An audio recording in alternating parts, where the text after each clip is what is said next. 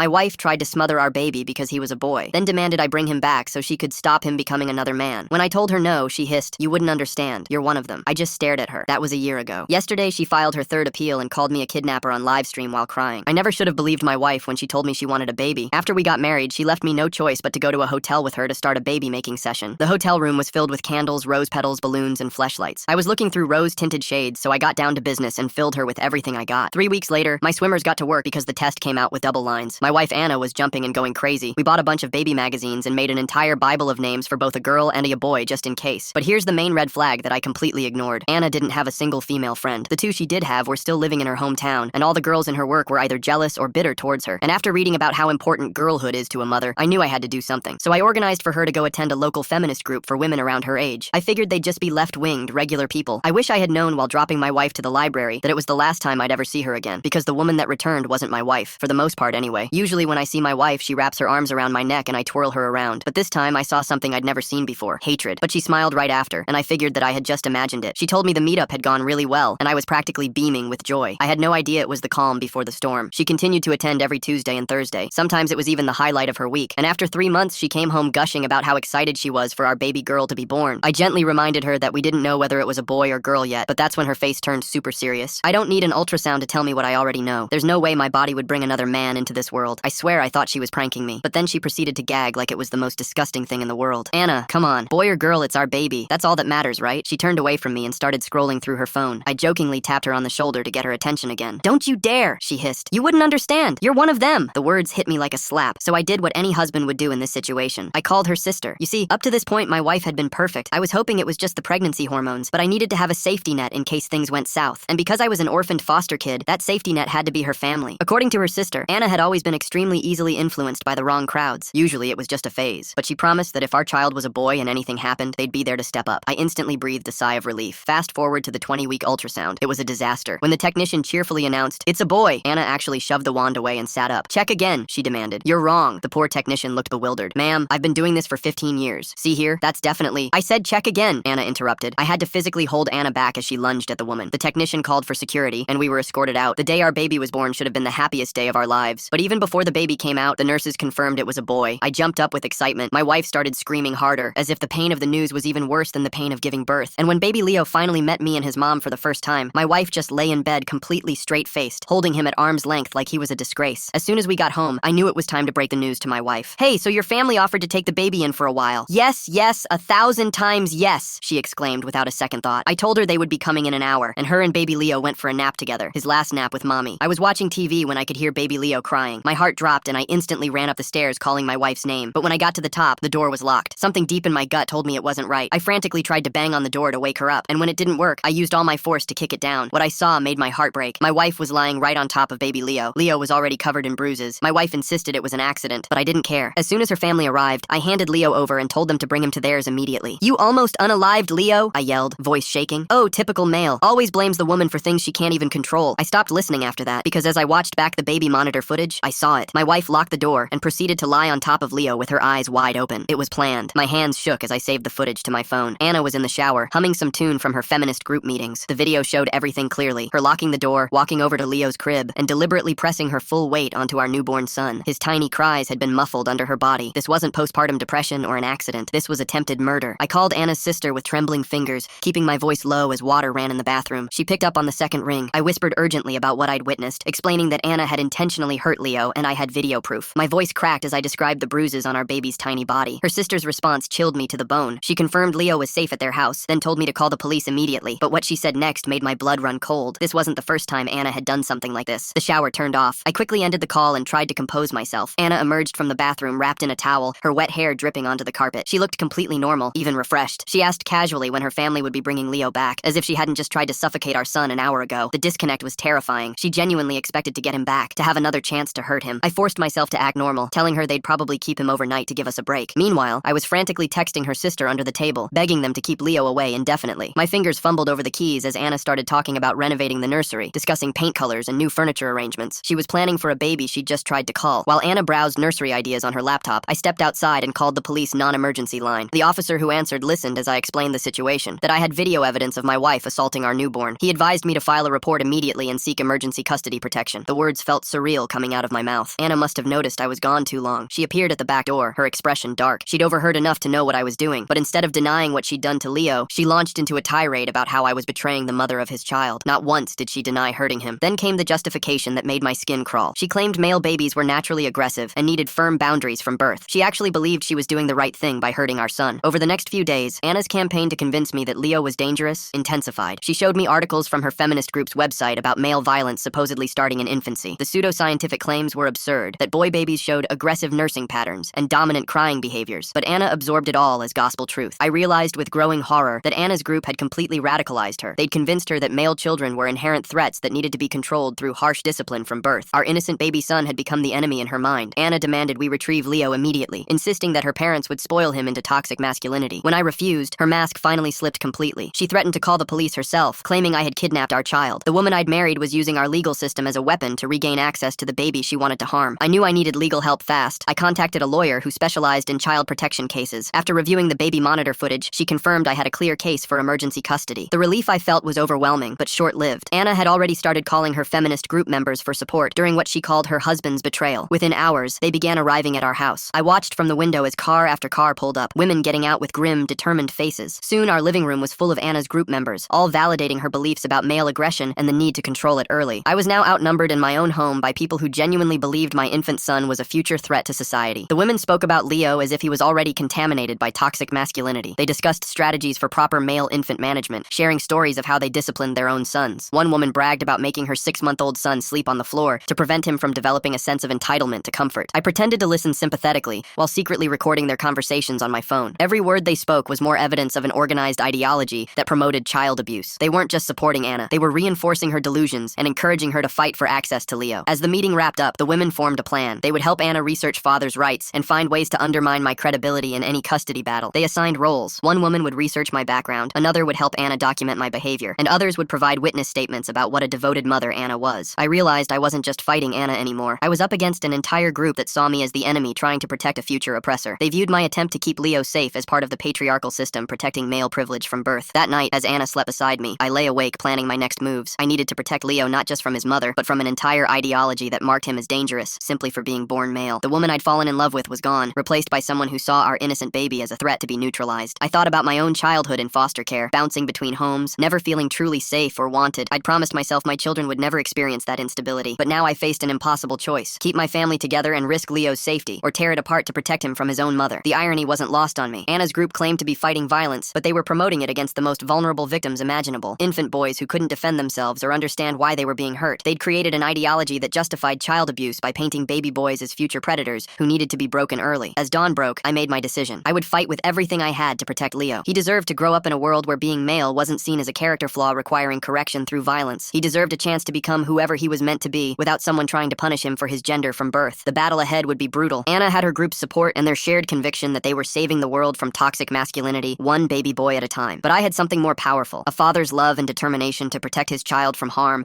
no matter where that harm originated. Little did I know that this was just the beginning of a war that would test every ounce of strength I had. The next morning brought a new level of manipulation. Anna's group had clearly coached her overnight. She emerged from the bedroom with a notebook, documenting every interaction between us. When I made breakfast, she wrote down that I was being controlling by choosing what she ate. When I checked my phone, she noted I was secretive and hiding communications. Every normal action became evidence of my supposed abusive behavior. I discovered she'd already filed a report with her group's legal advocate, painting me as an unstable man who'd stolen her baby due to my own childhood trauma. The narrative was expertly crafted. I was the damaged foster child who couldn't handle normal parenting disagreements, so I'd manufactured a crisis to steal her child. The video evidence of her hurting Leo was reframed as a misunderstanding caused by my paranoia. Her group members began their research into my background. Within days, they'd compiled a dossier on my foster care history, twisting every placement change into evidence of my instability. They found old social media posts where I'd mentioned feeling lonely as a child and used them to paint me as emotionally damaged and unfit for parenthood. The workplace harassment started subtly. Members of Anna's group began calling my office, expressing concern about the domestic situation. They claimed to be worried neighbors or concerned citizens who'd heard about a father preventing a mother from seeing her newborn. My supervisor called me in for a meeting, confused by the sudden influx of complaints about an employee they'd always considered reliable. I brought the baby monitor footage to HR, explaining the real situation. My hands shook as I showed them the video of Anna deliberately hurting our son. The HR director's face went pale watching it. She immediately understood this wasn't a typical custody dispute, but a child protection issue. The company offered their full support, even providing security to escort the group members away when they showed up in the parking lot. Anna's desperation grew when her workplace tactics failed. She filed a police report claiming I'd kidnapped Leo and was hiding him from his mother. 2 officers arrived at my door that evening, clearly expecting to find a difficult father keeping a baby from its mother. Instead, I calmly showed them the video evidence and explained that Leo was safe with his grandparents under protective custody. The officers watched the footage in silence. One of them, a father himself, had to look away when Anna pressed her full weight onto our crying infant. They recognized this as a child protection case immediately and advised me to file for emergency custody through family court. Anna's false report had backfired spectacularly. Now there was an official police record documenting her assault on Leo. Child Protective Services became involved after the police report. A caseworker visited both Anna and me separately. During my interview, I provided all the evidence I'd gathered: the video, the recorded conversations from her group meeting, and documentation of their harassment campaign. The caseworker took detailed notes, particularly interested in the group's ideology about male infants needing harsh discipline. Anna's interview with CPS apparently went poorly. She couldn't help but express her beliefs about male children being inherently dangerous. She told the caseworker about the articles her group had shared, insisting that controlling male aggression needed to start from birth. Instead of denying the assault, she tried to justify it as necessary discipline. The caseworker left our house deeply concerned about Anna's fitness as a parent. The CPS investigation expanded when they discovered Anna's group had a history. Other members had been flagged for concerning parenting practices with their sons. One woman had been reported for making her toddler son stand in a corner for hours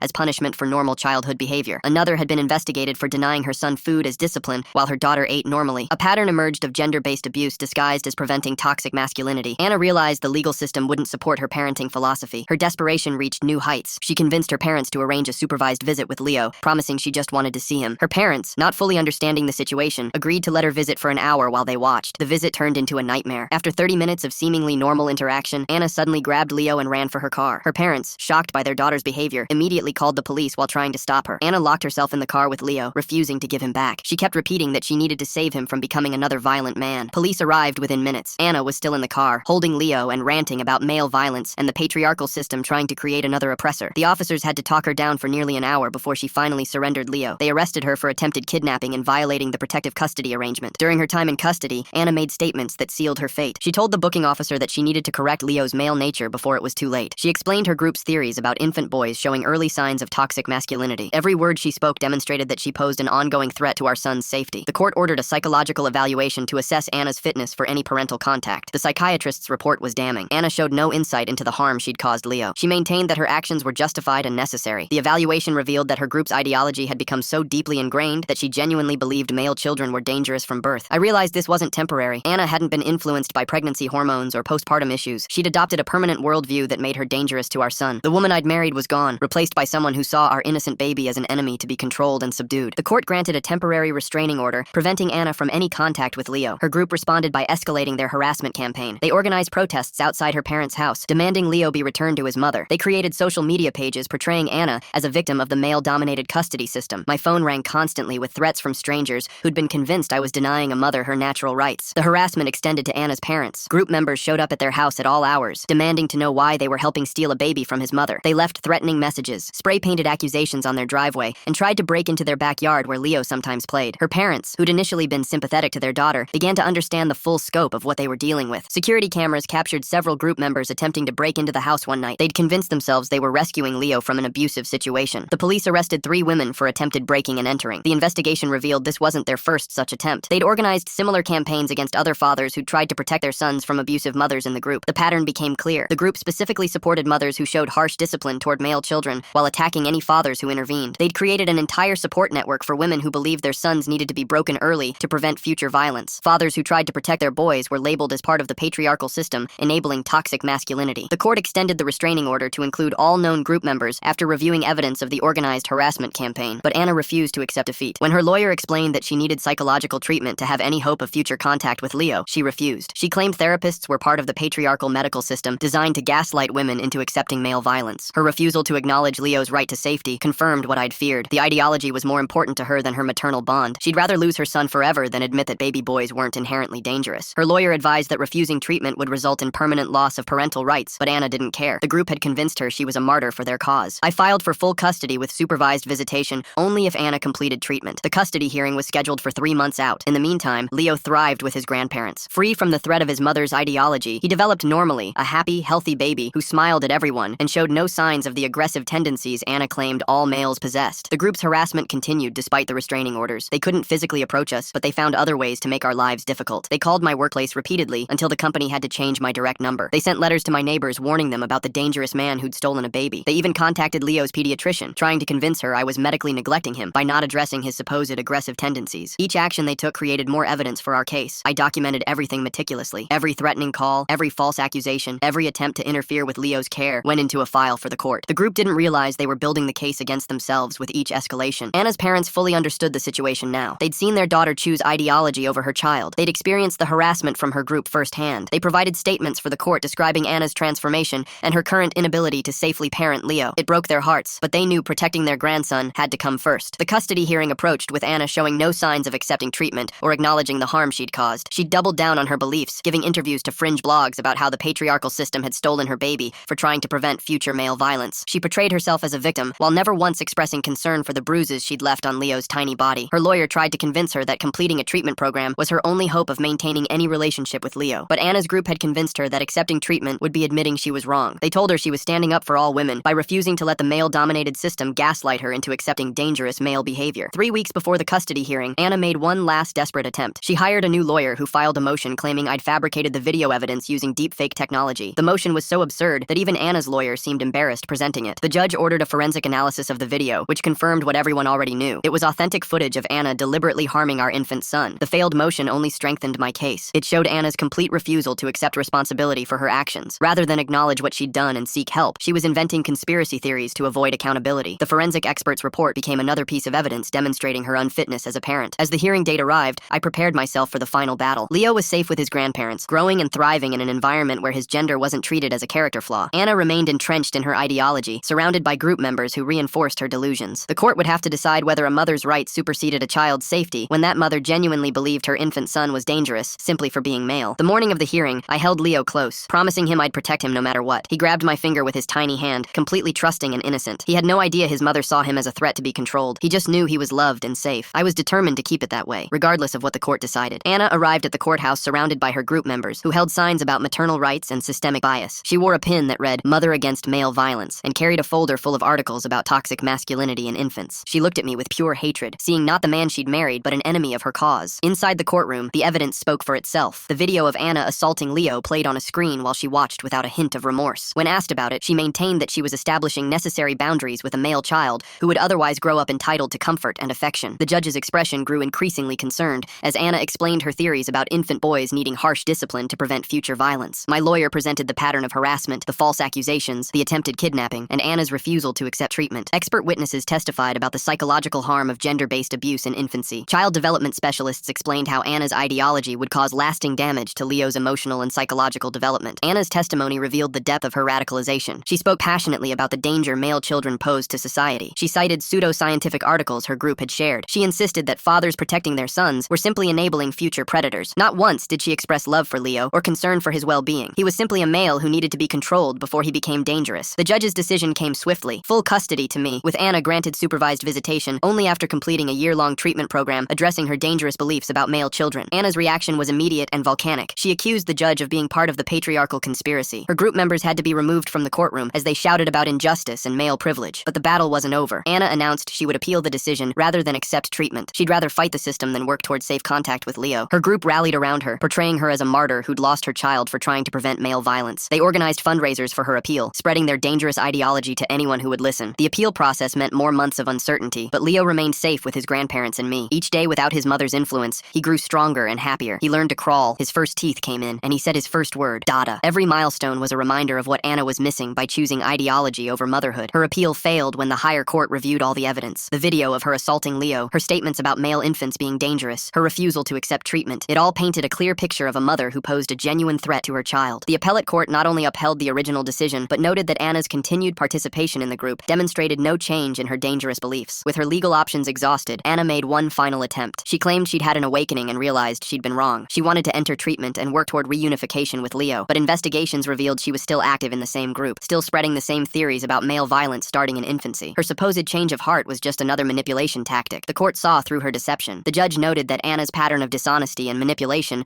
made her an ongoing threat to Leo's safety. Even if she completed treatment, there would need to be extensive safeguards before any contact could be considered. The message was clear. Leo's safety came first, regardless of Anna's parental rights. As months turned into a year, Anna's choices became final. She refused genuine treatment, choosing instead to deeper entrench herself in the group's ideology. She moved into a communal living situation with other members, surrounding herself with people who validated her beliefs about male children being inherently dangerous. She gave talks at their meetings about losing her son to the patriarchal system, never mentioning the bruises she'd left on his tiny body. I focused on building a life for Leo free from his mother's toxic ideology. He grew into a sweet, gentle toddler who loved books and building blocks. He showed none of the aggressive tendencies Anna had claimed all males possessed. He was simply a normal child developing in a healthy environment where his gender wasn't treated as a threat. The experience taught me valuable lessons about recognizing dangerous ideologies disguised as progressive thinking. I documented our story, hoping to help other parents identify when beliefs about preventing violence crossed into promoting abuse. Too many children suffered because their parents' ideological convictions mattered more than their safety and well-being. Leo's grandparents remained an integral part of his life, providing the extended family support every child needs. They'd chosen their grandson's safety over their daughter's ideology, a painful but necessary decision. They grieved the loss of the daughter they'd known while celebrating the grandson they were helping to raise. As Leo's second birthday approached, I reflected on how different life had become. The woman I'd married was gone, replaced by someone who saw our son as an enemy. But Leo was safe, loved, and thriving. He would grow up knowing he was valued for who he was, not feared for his gender. The battle had been won, though at a cost none of us had anticipated. Anna remained in her echo chamber, convinced she was a victim rather than a perpetrator. She occasionally sent letters through her lawyer claiming she'd changed, but they always contained subtle hints of her unchanged beliefs. References to teaching Leo proper boundaries, helping him manage his natural tendencies, establishing necessary control. The language made clear that she still saw him as a threat to be managed, rather than a child to be loved. The legal protections remained firmly in place. Anna couldn't approach Leo without violating court orders that would result in immediate arrest. Her group's harassment had died down after multiple arrests made clear that their actions had consequences. They'd moved on to supporting other mothers in their war against male children, leaving our family in relative peace. I dated carefully, ensuring anyone I brought into Leo's life understood our history and would never treat him as inherently dangerous because of his gender. Trust came slowly after Anna's betrayal, but I knew Leo deserved a complete family if the right person came along. Someone who would love him for the sweet, gentle boy he was, not fear him for the man he might become. The trauma of discovering my wife wanted to hurt our child for being male never fully left me, but watching Leo grow and thrive made every battle worthwhile. He deserved a childhood free from someone trying to break him before he'd even learned to walk. He deserved love without conditions based on his gender. As I tucked Leo into bed each night, I whispered the same promise, that he was safe, loved, and perfect exactly as he was. No one would ever again try to hurt him for being born male. The ideology that had stolen his mother from him would never touch his life again. He would grow up knowing that being gentle and kind wasn't something that needed to be struck into him, but something that flourished naturally in an environment of love and acceptance. The battle for Leo's safety had been won, but vigilance remained necessary. Anna's group continued spreading their dangerous ideas about male infants needing harsh discipline. Other families faced similar battles as mothers became convinced their baby boys were future predators. But our story stood as proof that children's safety had to come before ideological convictions, no matter how deeply held. Leo's future stretched bright before him, free from the shadow of his mother's toxic beliefs. He would face challenges like any child, but they would be normal challenges, learning to share, managing emotions, navigating friendships, not defending his right to exist without being seen as inherently dangerous. The price of his freedom had been high, but every smile, every laugh, every milestone reached in safety made it worthwhile. The custody hearing began with me presenting the video evidence to the judge. Anna sat across the courtroom, watching the footage of herself assaulting Leo without flinching. When the judge asked her to explain her actions, she launched into a detailed explanation about establishing necessary boundaries with male infants. She referenced articles from her group about aggressive nursing patterns and dominant crying behaviors. The judge's eyebrows raised higher with each claim. My lawyer called the child psychologist who'd evaluated Leo. The expert testified about the physical bruises and potential psychological damage from gender-based abuse in infancy. She explained how treating a baby as inherently dangerous could create lasting developmental issues. Anna took notes during this testimony, occasionally shaking her head and writing furiously. Anna's testimony revealed the full extent of her radicalization. She spoke for 40 minutes about male violence starting in the womb, citing her group's research about testosterone exposure, creating aggressive tendencies. She explained her discipline methods as preventative measures against future violence. Not once did she mention missing Leo or wanting to be his mother, only her duty to control his male nature. The judge reviewed the restraining order violations, the attempted kidnapping from her parents' house, and the organized harassment campaign. Security footage showed group members trying to break into the grandparents' home. Police reports documented threatening calls to my workplace. The evidence painted a clear picture of ongoing danger to Leo's safety. Anna's lawyer made a weak attempt at defense, suggesting postpartum hormones and stress had caused temporary poor judgment. But Anna herself undermined this strategy by interrupting to clarify that her beliefs weren't temporary. They were based on scientific evidence about male aggression. She insisted the court was enabling future violence by preventing her from properly disciplining Leo. The judge's ruling was comprehensive. I received full legal and physical custody. Anna would have supervised visitation only after completing a year-long treatment program, specifically addressing her beliefs about male children. The program had to include regular psychological evaluations and parenting classes. Any contact before completing treatment would result in criminal charges. Anna's reaction was explosive. She stood up and accused the judge of perpetuating patriarchal violence. Her group members in the gallery began shouting about systemic oppression and mothers' rights. Court security had to escort them out, while Anna continued ranting about the court creating another violent man by preventing proper early intervention. Outside the courthouse, Anna's group had assembled with signs and banners. They surrounded me as I tried to leave, shouting accusations about stealing babies and enabling toxic masculinity. Police officers created a path to my car, while the group members filmed everything, promising to expose the corrupt system that separated mothers from sons who needed discipline. That evening, Anna's parents called to discuss the ruling. They'd been in court and witnessed their daughter's testimony. Her mother cried as she described not recognizing the woman Anna had become. They committed to maintaining the stable environment Leo needed, even if it meant their daughter would hate them. Her father mentioned they'd installed additional security cameras after the break-in attempts. The next morning brought a new wave of harassment. Anna's group had posted my photo and workplace information on their website, labeling me as a dangerous father preventing necessary male-child discipline. My employer had to station security in the lobby after group members showed up demanding I be fired for enabling future violence. Anna filed an appeal within a week, claiming the judge was biased and the psychological evaluation was flawed. Her filing included a 50-page document about male-infant aggression, complete with charts showing supposed correlations between permissive parenting of boys and adult violence rates. Her lawyer seemed embarrassed submitting it, but Anna insisted it was crucial evidence. During the appeal process, Anna made no effort to enter treatment. Instead, she doubled down on her activism. She gave interviews to radical blogs about losing custody for trying to prevent male violence. She started a podcast with other group members discussing strategies for proper male-infant management. Each episode provided more evidence of her unfitness as a parent. Leo continued thriving with his grandparents while I worked. He started walking, his vocabulary expanded, and he showed natural empathy that contradicted everything Anna claimed about male nature. He'd share his toys with other children at the park and comfort crying babies at the pediatrician's office. His gentleness developed naturally without harsh discipline. The appeal hearing arrived 6 months later. Anna appeared with a new lawyer and a binder full of what she called suppressed research about male aggression. The appellate judges reviewed all the original evidence plus Anna's recent activities. Her podcast episodes were particularly damaging. She described in detail how she would discipline Leo if given the chance, including sleep deprivation and comfort denial to prevent entitlement. The appellate court not only upheld the original ruling, but strengthened it. They noted Anna's complete lack of insight into the harm she'd caused and her continued advocacy for gender-based child abuse. They extended the treatment requirement to 2 years and added a provision that any future contact would require court approval even after treatment completion. Anna's group responded by escalating their campaign. They organized protests outside the courthouse, my workplace, and the grandparents' home. They distributed flyers in my neighborhood warning about the dangerous man raising a future predator without proper discipline. They contacted Leo's daycare, trying to convince them I was neglecting necessary behavioral interventions. Each action created more documentation of harassment. Police reports piled up. Restraining orders expanded to include more group members. Several faced criminal charges for trespassing and harassment, but they viewed themselves as martyrs for the cause, willing to face legal consequences to prevent future male violence. A year passed with Anna making no effort toward treatment. She'd moved into a communal house with other group members, creating an echo chamber that reinforced her beliefs. She posted regularly about being a victim of the patriarchal custody system. She never mentioned missing Leo or wanting to be his mother, only her frustration at being prevented from properly managing his male tendencies. Leo's second birthday approached with no contact from Anna. Her parents organized a small party, careful about posting photos since the group had previously used social media to track their movements. Leo played happily with other children, showing none of the aggression Anna insisted was inherent to his gender. He was simply a normal toddler developing in a loving environment. Anna made one final legal attempt, filing a motion claiming she'd been denied due process. She represented herself this time, spending 2 hours explaining to the judge how the entire legal system was designed to protect male violence by preventing early intervention. She presented her group's research and demanded the court recognize the danger of raising boys without strict discipline. The judge dismissed her motion and warned that continued frivolous filings could result in criminal charges for court harassment. Anna responded by accusing the judge of threatening a protective mother and enabling future violence. She had to be removed from the courtroom while shouting about judicial corruption and systemic misogyny. This final legal defeat, Anna disappeared from our immediate lives. She stopped the direct harassment, though her group continued their broader campaign against fathers who protected their sons from harsh discipline. She moved to another state where several group members had formed a compound focused on raising children according to their ideology. I learned through legal channels that Anna had formally relinquished her parental rights rather than pursue treatment. She decided that maintaining her ideological purity was more important than any relationship with Leo. The document she signed included a statement about refusing to participate in creating another violent man by providing maternal affection. With the legal battles finally over, I focused on providing Leo with the stable, loving childhood he deserved. His grandparents remained central to his life, picking him up from daycare while I worked and spending weekends teaching him to garden and cook. He developed normally, showing kindness and empathy that would have baffled his mother. I began dating a woman named Sarah, who worked in pediatric nursing. I was upfront about our history, showing her the court documents and explaining why Leo's mother wasn't in his life. Sarah understood immediately, having seen similar cases of ideology-driven child abuse. She approached Leo with natural warmth, never treating him as anything other than a sweet little boy who liked dinosaurs and finger painting. The relationship progressed slowly, with Sarah understanding my need to protect Leo from anyone who might share Anna's beliefs. She proved herself through actions, never suggesting Leo needed harsher discipline, celebrating his gentle nature, and supporting his emotional development. Leo grew to love her, running to greet her with hugs and showing her his latest drawings. 3 years after the final court ruling, I received a letter from Anna through her lawyer. She'd written to inform me she was pregnant again and planned to raise this child properly if it was a girl. If it was a boy, she would place him for adoption rather than subject him to a world that wouldn't allow proper male discipline. The letter contained no questions about Leo, no expressions of missing him. I shared the letter with Anna's parents, who were devastated to learn they had another grandchild they'd likely never meet. They'd already grieved the loss of their daughter to extremist ideology. Now they faced the possibility of another grandchild being raised in that environment or abandoned for being male. They consulted lawyers about potential intervention, but had limited options across state lines. Leo started kindergarten showing all the signs of a well-adjusted child. His teachers praised his kindness and ability to share. He made friends easily and showed natural leadership by helping other children with tasks. Everything about his development contradicted Anna's predictions about unchecked male aggression. I married Sarah in a small ceremony with Leo as ring bearer. He took his role seriously, practicing walking slowly and holding the pillow steady. Anna's absence wasn't mentioned, though her parents attended and cried watching Leo participate in a normal family milestone his mother had chosen to miss. Life settled into a routine free from custody battles and harassment. Leo grew up knowing he was loved unconditionally, never questioning why some children had two parents while he had dad, Sarah, and grandparents. We'd eventually have to explain his history, but for now, he was simply a happy child, unburdened by his mother's toxic ideology. Years later, I learned Anna had given birth to a daughter she was raising in the commune with other group members. The child would grow up surrounded by the same toxic beliefs about male violence, potentially perpetuating the cycle with her own children someday. But that wasn't my battle to fight. My focus remained on raising Leo to be the kind, empathetic person he naturally was. As Leo grew older, I watched for any signs that Anna's early abuse had lasting effects, but with consistent love and support, he thrived. He joined sports teams where he encouraged struggling teammates. He volunteered to read to younger children at the library. He developed exactly as any child would in a healthy environment, unique in his own ways, but showing none of the inherent violence his mother had tried to prevent through abuse. The experience taught me valuable lessons about recognizing dangerous ideologies disguised as progressive causes. I occasionally spoke at family court seminars about identifying when beliefs about social justice crossed into justifying child abuse. Other fathers facing similar situations reached out for advice on protecting their children from ideological extremism. Leo knew he was deeply loved by the family who chose to protect him. His childhood was filled with normal challenges and joys, free from someone trying to break his spirit for being born male. He grew into exactly who he was meant to be, not because of harsh discipline preventing some imagined violent nature, but because he was raised with consistent love and acceptance. Looking back, the battle to protect Leo was the hardest thing I'd ever faced, but watching him grow into a confident, caring young man made every legal fight worthwhile. He deserved a childhood free from gender-based abuse, and we'd given him exactly that. Anna remained trapped in her ideological prison, but Leo was free to simply be himself. The story serves as a reminder that protecting children sometimes means protecting them from a parent whose beliefs have become more important than their child's well-being. It wasn't the family I'd imagined when Anna and I first married, but it was the family Leo needed, one that loved him unconditionally and never saw his gender as something requiring correction through abuse.